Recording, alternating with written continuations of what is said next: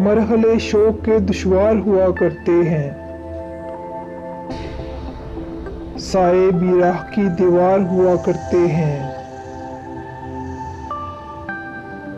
सिर्फ हाथों को न देखो, कभी आंखें भी पढ़ो। सिर्फ हाथों को न देखो, कभी आंखें भी पढ़ो। कुछ सवाली बड़े खुददार हुआ करते हैं, वो जो पत्थर यूं ही रास्ते में पड़े रहते हैं। वो जो पत्थर यूं ही रास्ते में पड़े रहते हैं, उनके सीने में भी शाहकार हुआ करते हैं, जिनकी आंखों में सदा प्यास के सहरा चमके। दर हकीकत वही फनकार हुआ करते हैं।